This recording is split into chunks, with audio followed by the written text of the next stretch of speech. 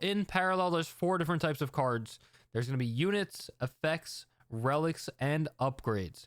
And I'm going to break down each of them very quickly and then get into some gameplay. This is a pretty basic unit right here. This is Mercenary Gunslinger, and it's a 1 mana. You see that at the top, it costs 1 energy, and then the stats are on the bottom left and bottom right. Attack is 1, and health is 1 as well.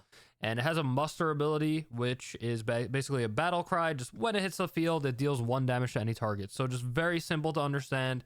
And yes, there's some more keywords in the game, but you'll learn it as you go, and you can even just click on it to see what it does. Then we've got a pretty basic effect right here. An effect is a one-time use kind of thing, like a spell card, and you can see the cost again at the top right. Costs 1 energy, and it deals 2 damage to a target unit. So very simple stuff. Cards definitely get a lot more complicated, but for the most part, yeah, just a basic card. And both of these cards that I've already mentioned, like, they are basic, but they are still very strong, especially since they cost 1 energy, and they are run in a lot of decks. It is a universal card, which means it is universally, you can use it in any deck that you want. Next up are relics, and relics are basically just things that you put down on the board that create like some kind of passive effect. Some of them have activate abilities as well, but basically you cannot attack them with units, but there are some units and some other cards that can interact with relics. So yeah, it's kind of like just developing some kind of like location on the board, or just like some kind of effect it's gonna slow you down at first usually, but there are some very powerful effects, and that's why I see a lot of people run relic removal cards in their deck, because some of these can get out of hand, especially if you stack them. So an example right here, the high density genetic replicator costs 2 energy, and you get this effect right here, which is that it costs 1 more for each relic that you have on the field, but also your friendly clones get +1/+1. So this is involved with a clone deck with Cathari, which is the faction here, and basically they just put down a lot of these clones, and then this buffs them all up. And the last kind of card is an upgrade. These are like attachments that you could put onto your units. So if I spend 1 energy and I play this card onto one of my units that's on the board, then I will give it +1 attack, and it will gain the armed keyword, which means that while attacking, it will deal damage first to the other unit, unless the other unit also has arms. So if I attack with a 2/1 into a 2/1, my unit, if it has armed, it will kill the other unit first, and then it won't take any damage because this has armed. Unless their unit has armed, then they'll both swing like normally. Upgrades are a very useful tool in the game, and it can make any unit into a threat. So your decks are going to consist of 30 cards in each deck, and you can run up to 3 copies of a card, except for if it's a legendary, then you can only run 1 copy of the legendary. So pretty standard stuff right here, and I'm going to jump right into a game for you guys to see some more of how the actual gameplay works. Very simple to understand at first, but very difficult to master, which is exactly what you want in a card game. You want a high skill ceiling. So I'm going to set up this practice match between me and the AI, and I actually get to choose what deck I want them to use and what deck I want to use myself, and I can even choose what order I want to go in. All right, so I'm going to be playing a Cathy deck. That's my paragon, or my leader, and my opponent is going to be playing Scipius, which is their paragon or leader, and my faction / parallel, it's called Marcolian, and the enemy faction is Cathari. So first we're going to both have our 5-card hand, and we get to throw away whatever cards we don't want. So gonna keep some early stuff, try to go for an early curve, because the energy system goes 1, 2, 3, 4, 5, 6, whatever through 10. So we'll just keep some early game cards. So we have a turn 1 play and a turn 2 play. And we see that I'm going first. So when you're going first, that means that you don't draw a card for the beginning of your turn, for the first turn. And you don't draw a card at the end of the turn. And it might be weird that you draw a card to hear that you draw a card at the end of the turn, but I'll explain how that works in a second. But it is my turn right here. We have the timer going down on the right side of the field. And I have 0 energy, as you can see at the bottom right here. 0.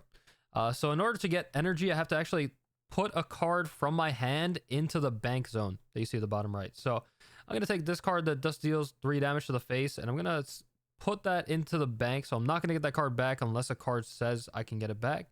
So I'm going to drag it over to the right. It's going to go in the bank. Now I have 1 energy to use. Now I have 1 max energy. So I'll just play this 1 mana 2/2 right here. And that is my turn right there.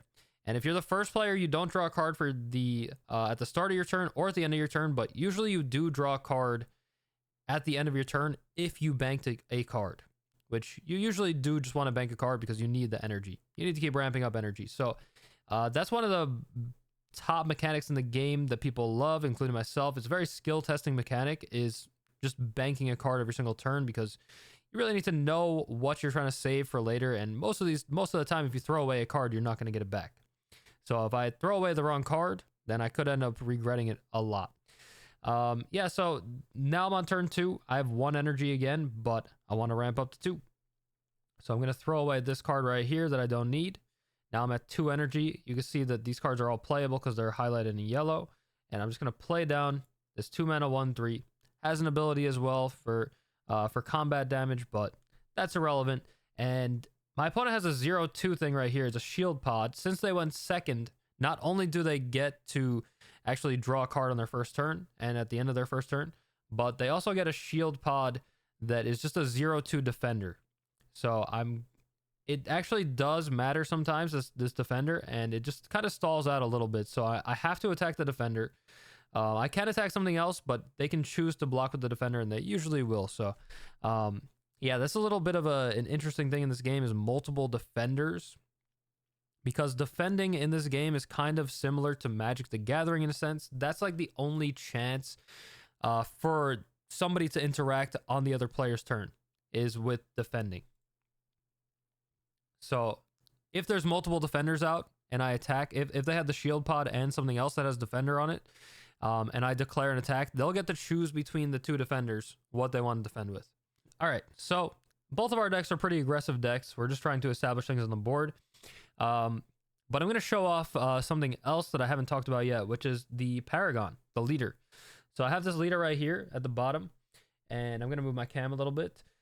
You see it actually looks like a card, and that's because leaders, for the most part, are playable, except for one leader.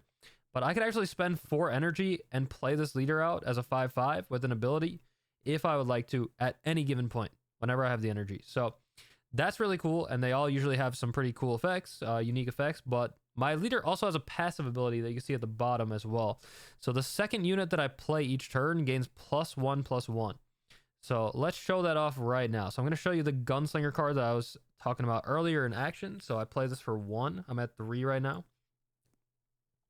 Going to take out this 2/1 right here. I deal 1 damage to it, confirm. And now the second unit that I play this turn is going to get +1/+1.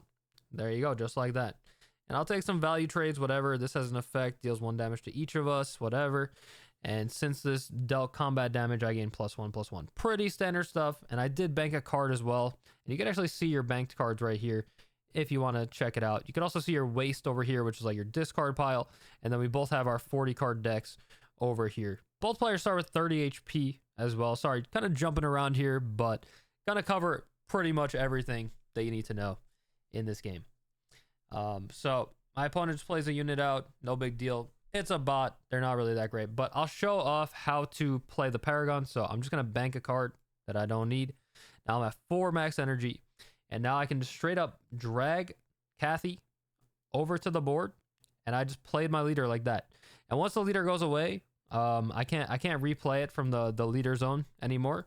But yeah, Kathy's pretty powerful. At the end of my turn, she attacks a random enemy, but I cannot choose the attack during the turn. So it is an overstated minion, but the bad part is that you can't actually decide where it goes.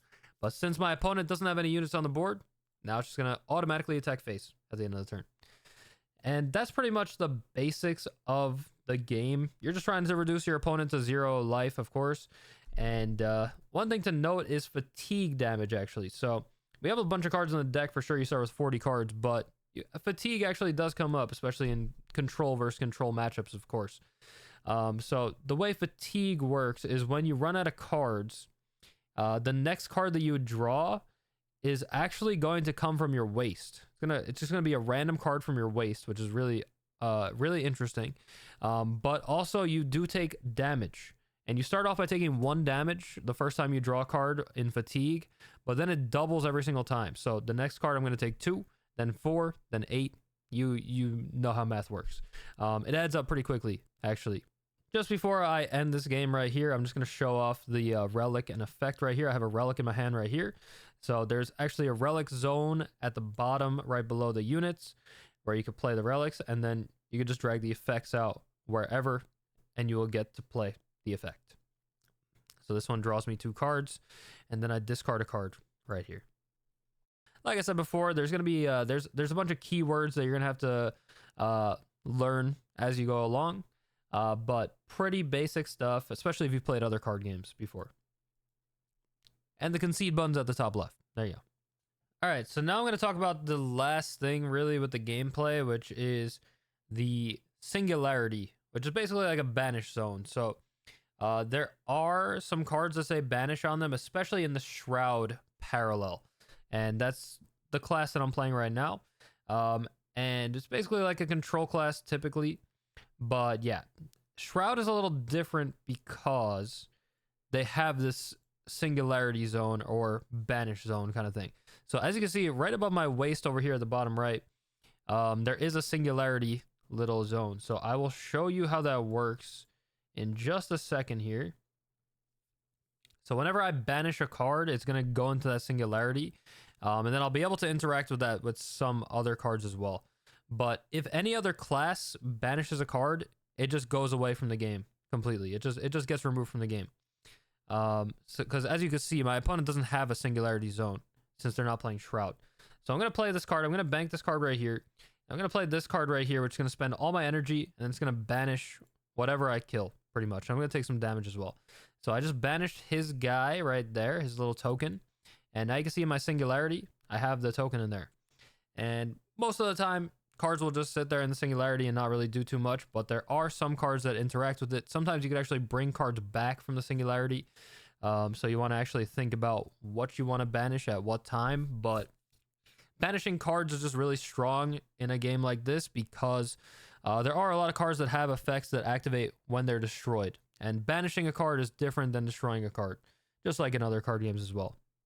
So just wanted to highlight that right there. That's pretty much the most unique, that's pretty much like the most niche kind of thing that you need to know. And that's pretty much just how to play the game. It's pretty simple, like I said, but if you guys want some more in-depth kind of looks at some other aspects of the game, like all the different factions, please let me know. Every faction or parallel in this game feels pretty different from the rest. So and they all have, a lot of them have like their own kind of mechanics. So definitely check them out. There's 3 different leaders for every single, or paragons for every single parallel right here. And yeah, I encourage you to give them all a try and try to find what works best with your play style. But that's how you play. It's like I said, it's really simple. It's just, of course, you gotta learn all the cards, and you have to get good with the way that just the game works overall, and like just understand the keywords, understand what you're playing around. But yeah, really good game, really fun, and like I said, biggest prize pool in digital card game esports. If you if you're a competitive player, this is the game to play. If you want me to go over some creator decks as well, you get a free deck just for linking your Epic Games account.